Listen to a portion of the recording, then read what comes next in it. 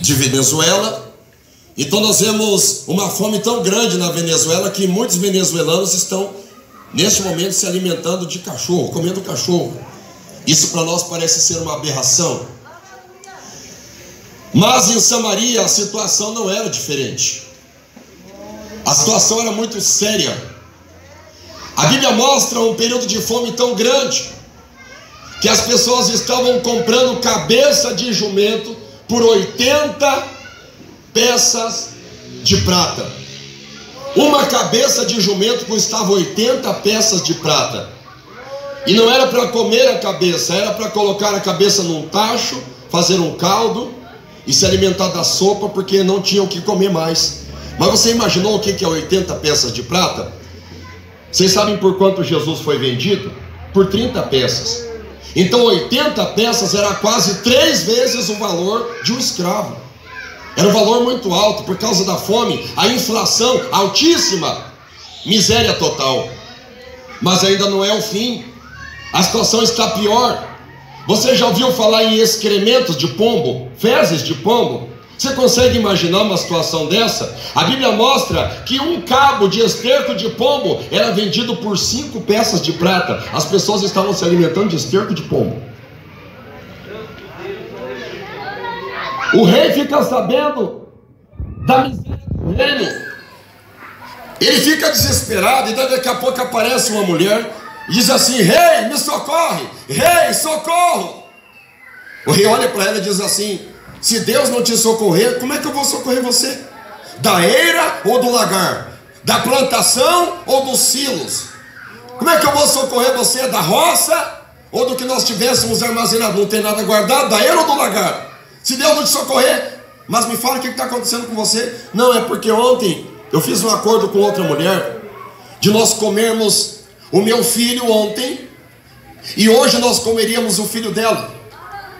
E ontem nós cortamos, esquartejamos o meu filho, colocamos num caldeirão, fizemos uma sopa, morrendo de fome, e comemos o meu filho.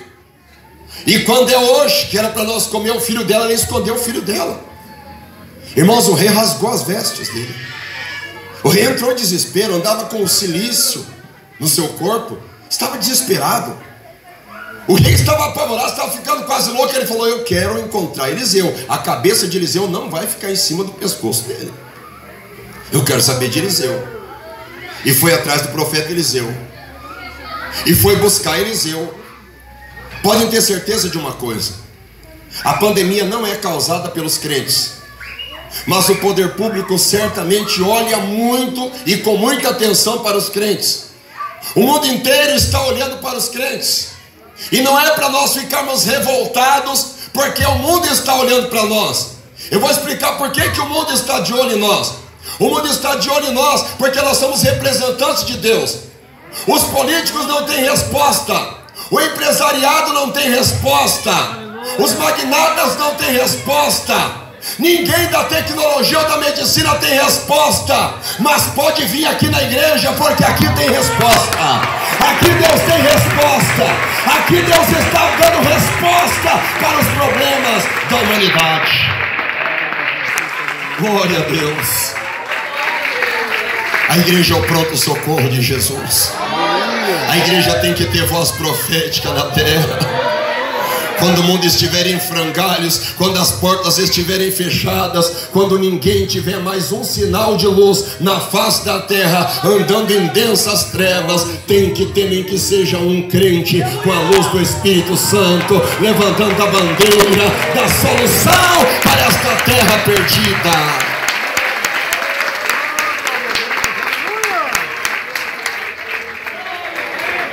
Chega diante do profeta Eliseu, então Eliseu responde: calma, pessoal, amanhã a esse horário, haverá 2 medidas de cevada por um ciclo, e 1 medida de trigo por um ciclo. 2 medidas de cevada por um ciclo e uma medida de farinha por um ciclo. O que ele estava dizendo? A economia vai normalizar, a situação vai normalizar, tudo isso vai ficar normal, a situação vai melhorar, e amanhã É amanhã, não vai passar de amanhã. E é esse horário. E vocês podem anotar no papel que eu estou falando. Não sou eu que estou dizendo. Assim diz o Senhor. Assim diz o Senhor. Vocês estão entendendo por que o diabo quer calar a voz profética dentro da igreja? Dizer, assim diz o Senhor. Assim diz o Senhor.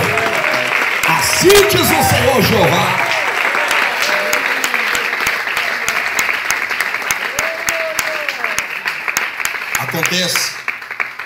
Acontece que um capitão, que o rei se apoiava nesse capitão. Esse capitão, com um olhar de dúvida, de incredulidade e até de deboche, diz assim: ainda que Deus fizesse janelas no céu, isso não seria possível. Ainda que Deus fizesse janelas no céu, isso não seria possível. Não tem como acontecer. Eliseu mais do que depressa vira para ele e diz assim: pois com os teus olhos você vai ver, mas você não vai experimentar. Porque o benefício de Deus não é para quem duvida, para quem critica, para quem murmura, é para quem crê, é para quem acredita, é para quem deleita na promessa. Glória a Deus. Ainda que Deus fizesse janelas. Você se lembra na Bíblia Sagrada que o sumo sacerdote na época da morte de Jesus era Caifás? E ele, sem querer, ele profetizou que importa que um homem morra por todos. Ele estava dizendo de Jesus, um homem morra por todos. Caifás, sem querer, foi profeta. Aquele capitão, sem querer, foi profeta. Ele estava profetizando de uma janela. Quando ele fez essa profecia, de acordo com os escritores, os historiadores bíblicos, foi aproximadamente no ano de 842 a.C., quando ele profetizou. Sem saber, ele estava dizendo isso, ainda que Deus abrisse janelas. Mas quem crê que Deus abre janelas? Tinham 4 leprosos do lado de fora da muralha da cidade. E esses 4 leprosos do lado de fora, eles chegaram à conclusão: nós estamos morrendo de fome aqui.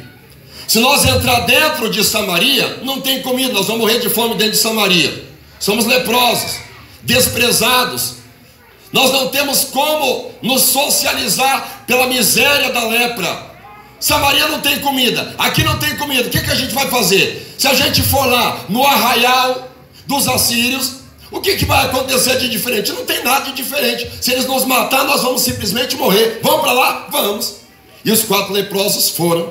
Só que quando os 4 leprosos estavam indo, acontece que o terror da presença poderosa de Deus, a presença de Deus, ela é maravilhosa, mas às vezes ela se expressa pela faceta do terror. Deus não é brincadeira, Ele é um fogo consumidor. A presença de Deus vai chegando junto no arraial dos assírios, e quando a presença de Deus vai chegando, os assírios pensam que o povo de Israel e de Samaria tinha alugado o exército dos heteus e exército dos egípcios, e eles foram todos embora do seu arraial e do seu acampamento. Eu tenho uma colocação bíblica que esses 4 leprosos representam os 4 evangelhos: Mateus, Marcos, Lucas e João. E quando os 4 evangelhos chegam numa comunidade, quando os 4 evangelhos chegam no bairro mais nobre de uma cidade, quando os 4 evangelhos chegam no coração mais endurecido, o evangelho não chega sozinho, a presença de Deus chega junto e vai fazendo coisas extraordinárias. Quem crê, diga glória a Deus.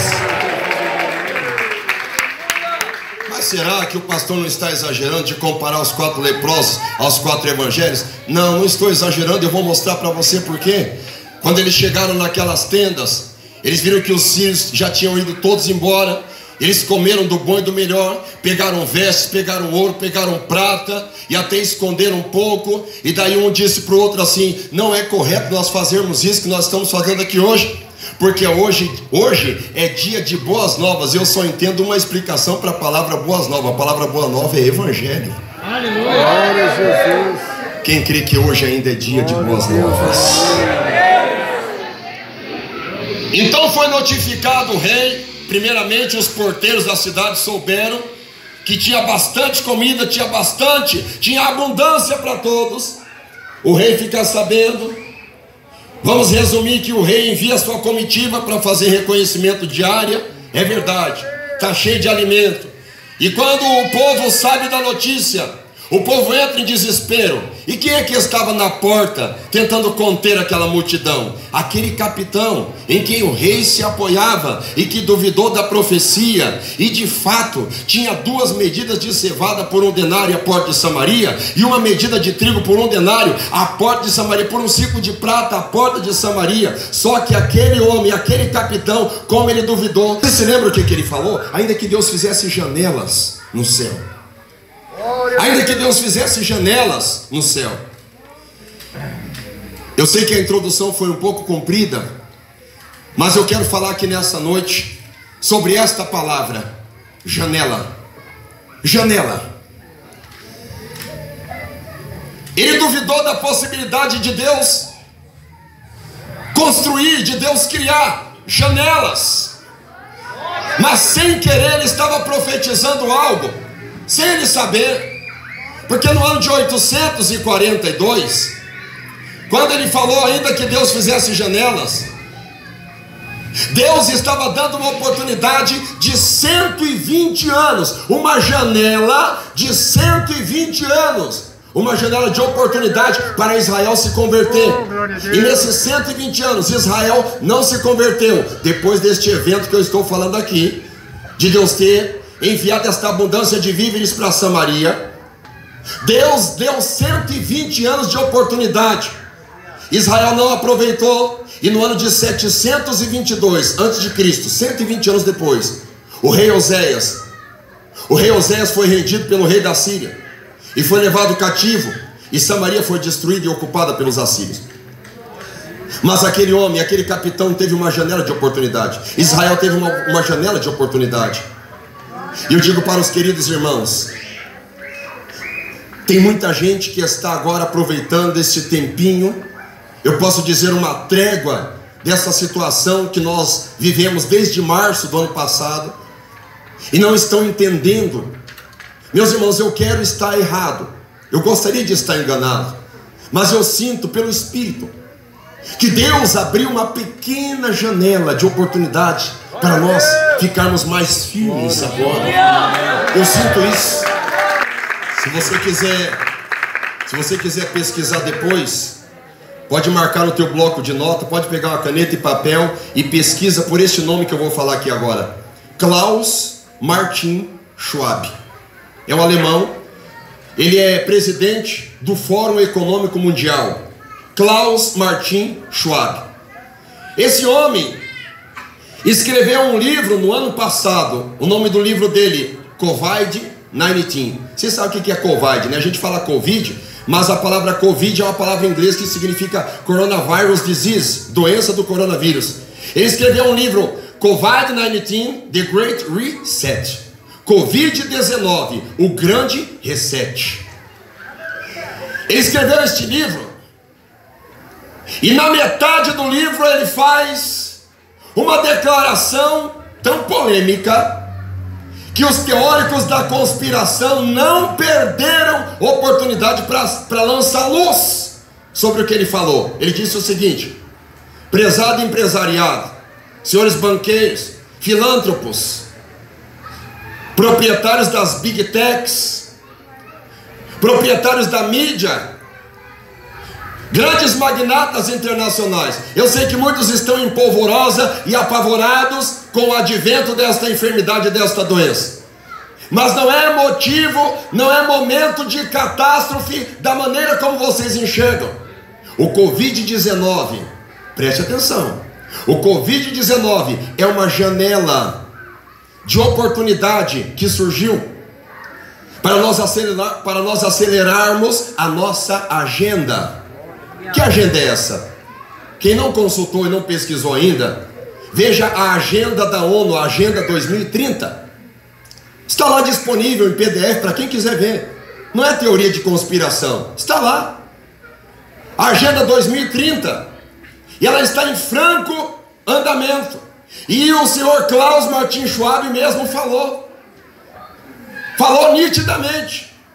O Covid-19 é uma janela de oportunidade que nós temos de fazermos algumas das nossas alterações tão pretendidas para alcançarmos efeito na nossa agenda 2030. E vocês sabem que o monitoramento em massa acelerou de 2020 para cá. O dinheiro virtual acelerou de 2020 para cá. O e-commerce, o comércio eletrônico, acelerou de 2020 para cá. Vocês sabem disso e faz parte da agenda. Mas é uma janela de oportunidade que foi criada. Não sei se esse vírus foi fabricado em laboratório. Não sei se esse vírus de fato é uma enfermidade que nasceu, surgiu por aí espontaneamente, biologicamente, ou um vírus. Talvez a virologia um dia explique muito bem o que aconteceu. Porém, as palavras do Sr. Klaus Martin Schwab são claras. Uma janela de oportunidade se abriu. E ele disse, e nós temos que acelerar. Nós temos que acelerar o processo, porque essa janela vai se fechar. Meus queridos, eu sei que tem gente que na pandemia aceitou Jesus, reconciliou com Deus desesperado. Eu sei que tem gente que fez concerto com Deus de todo jeito na época da pandemia, e agora que está acompanhando os efeitos benéficos da vacina da Pfizer, da Coronavac, da AstraZeneca, da Janssen, eu sei que tem um alerta para você: cuidado com esta janela, porque ela vai se fechar a qualquer momento. Eu gostaria de estar errado. Eu gostaria de estar errado, mas eu sinto que este tempo de refrigério que nós temos que fazer igual vocês que estão aqui nessa noite. Temos que aproveitar esta oportunidade. Temos que aproveitar esta pequena janela de oportunidade que o Senhor nos concedeu. Nós estamos reunidos aqui na igreja hoje. Isso é inédito. Isso é fantástico. É uma janela de oportunidade minúscula que Deus abriu. Mas eu sei que tem gente na sua casa, tinha tantas atividades, mas você falou: está aberta a oportunidade, eu vou cultuar, eu vou buscar a presença do meu Deus, porque eu não sei quanto tempo me resta ainda. Aproveite esta oportunidade. A primeira vez que eu encontro uma janela na Bíblia é na arca. Na arca de Noé. Vocês lembram? Gênesis capítulo 6, verso 16. Vai mostrar Noé construindo uma arca. E naquela arca tem uma porta, mas naquela arca também tem uma janela. Certamente eu consigo imaginar para quê. Eu imagino quando está acontecendo o dilúvio. 8 pessoas dentro de uma arca. 8. Sem, Cã, Jafé, Noé e suas respectivas esposas estão lá dentro daquela arca. Eles estão talvez até extasiados, estão angustiados, atribulados por aquela situação, aquela circunstância. E daí entra em questão e em cena a existência da janela. Talvez algum deles suba por algum degrau e dá uma olhadinha na janela quando abre e vê os corpos todos boiando na superfície. Mortandade, carnificina, miséria e desgraça. E eles dizem: aqui dentro o cheiro não está bom, a coisa não está agradável, está complicado demais, não é fácil conviver aqui desse jeito, mas lá fora está pior. Preste atenção, a arca que nós temos, por mais difícil que seja, é a nossa igreja local. Escuta bem, eu sei que dentro da igreja nós nos ferimos, eu sei que dentro da igreja nós nos machucamos, eu sei que dentro da igreja existe até falsidade, existe até um e outro pecado escondido, eu sei que existe mentira, eu sei que existe inveja, mas acorde para a realidade. Abra a janela e veja, lá fora eles estão morrendo, o povo está perecendo sem Jesus. Fica aqui dentro da arca que é melhor. Fica aqui na presença de Deus que é melhor. Deus abriu uma oportunidade nessa vida aqui. Quando eu falo de janela, eu não me esqueço quando o general Josué ordena a invasão de Jericó. E aqueles 2 espias que se salvaram na casa da prostituta Raabe, quando eles vão fugindo dos seus perseguidores de Jericó, eles descem pela muralha da cidade. E quando eles estão descendo por aquela muralha, eles não vão descer só pela muralha, eles vão descer por uma janela. Quando Davi estava fugindo, quando Davi estava sendo perseguido por Saul, a Bíblia Sagrada mostra que Mical, sua esposa, prepara uma oportunidade para Davi fugir. Também é através de uma janela. A Bíblia diz no livro de Daniel, capítulo 6 e 10, quando ele ainda estava na Babilônia, 3 vezes ao dia, ele abria as janelas do seu quarto para a banda de Jerusalém. As janelas do seu quarto para a banda de Jerusalém.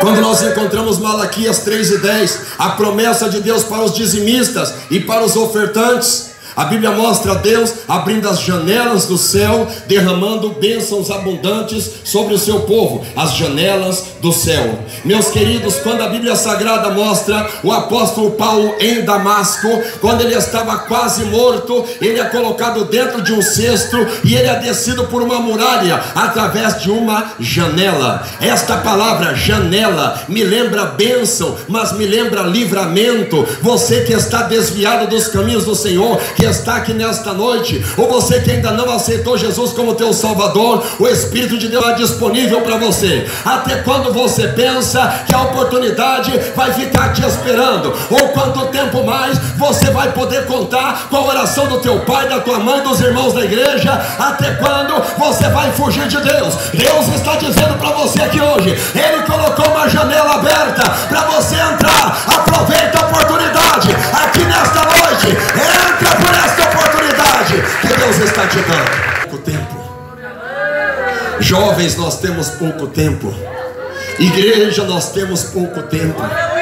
Eu já falei, estamos tendo. Não é tempo para baixar a guarda, não é tempo para relaxar, não é tempo para afrouxar, não é tempo para retroceder, não é tempo para desanimar, não é tempo para desviar, é tempo para ficar mais firme, porque nós não sabemos o que vem por aí.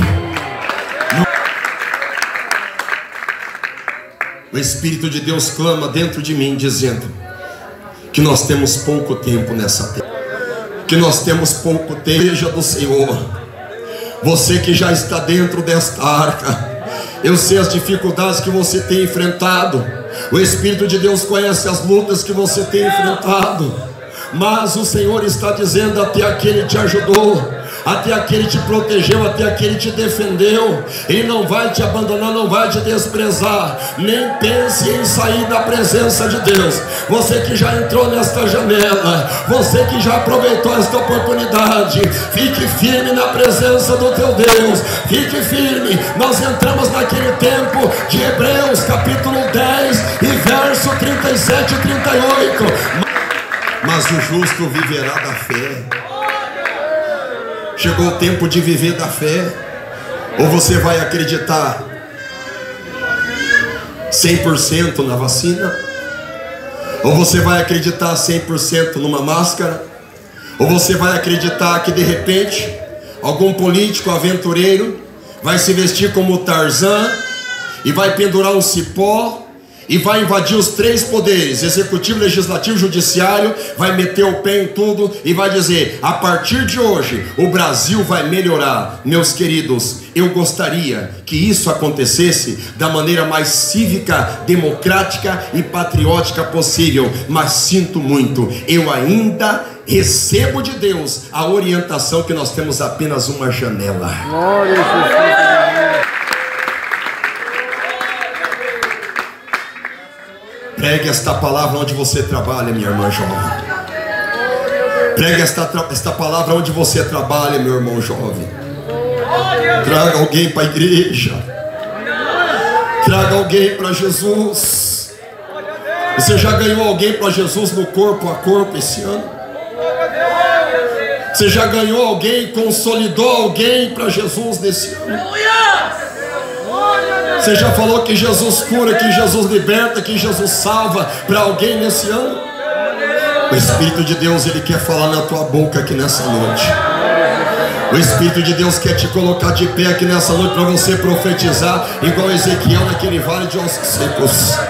O Senhor está querendo levantar pessoas usadas aqui nessa noite. O Espírito de Deus quer colocar alguém de pé aqui nessa noite. O Espírito de Deus quer levantar pregadores aqui nessa noite. O Espírito de Deus quer levantar profetas aqui nessa noite. O Espírito de Deus quer levantar jovens corajosos aqui nessa noite. Receba o poder de Deus aí agora. Receba a presença de Deus aí agora. Receba a presença de Deus aí agora. Receba a presença de Deus. Nós temos pouco tempo, igreja. Você consegue imaginar, você que é crente, está vacilante? Se você perder a oportunidade da tua salvação, o que será da tua vida? Esses dias eu estava dirigindo meu carro e eu comecei a pensar, meu Deus, se eu ficar, o que será de mim? Cheguei em casa, falei para minha esposa Aline, o que será de mim se eu ficar? Falei para os meus filhos, o que será de nós se nós ficarmos? É uma janela de oportunidade que nós temos, igreja. Eu sei que tem alguém passando luta financeira nesses dias. Eu sei que tem alguém passando lutas espirituais nesses dias. Mas é a última hora, igreja de Araucária. É a última hora, peixe. Receba o poder de Deus na sua vida, porque é a última hora. Oriande labalabas, manda aí agora. Tem gente recebendo a presença de Deus aqui hoje. Tem gente recebendo a presença de Deus aqui hoje. Receba mesmo esta presença. Receba o poder de Deus para profetizar. Receba, chegou o tempo da colheita. É um tempo muito curto, é uma pequena janela, mas vamos aproveitar. Orianda lamasturimicanda labaia. Fale línguas estranhas na presença do teu Deus aqui hoje. Aproveita este ajuntamento para receber poder. Aproveita este ajuntamento para falar línguas estranhas. Receba o poder de Deus aí agora. Receba o poder de Deus aí agora. Receba o poder de Deus aí agora. Deus está separando os segadores. Deus está levantando agora gente para a colheita que Ele mesmo está preparando. Deus na tua vida aí agora. Sinta a presença de Deus na tua vida aí agora. Orianda labassurianda labalabaia. Ica labassurianda labaia. Você que estava fraco na fé, receba o poder de Deus. Aproveite esta oportunidade hoje. É Deus que está te dando esta oportunidade. É Deus que está renovando você aqui hoje. É Ele que está te enchendo de poder e autoridade. Você já está sentindo a glória dele aí agora. Você já está sentindo a glória dele aí agora. É Ele que está te renovando para a colheita. Receba.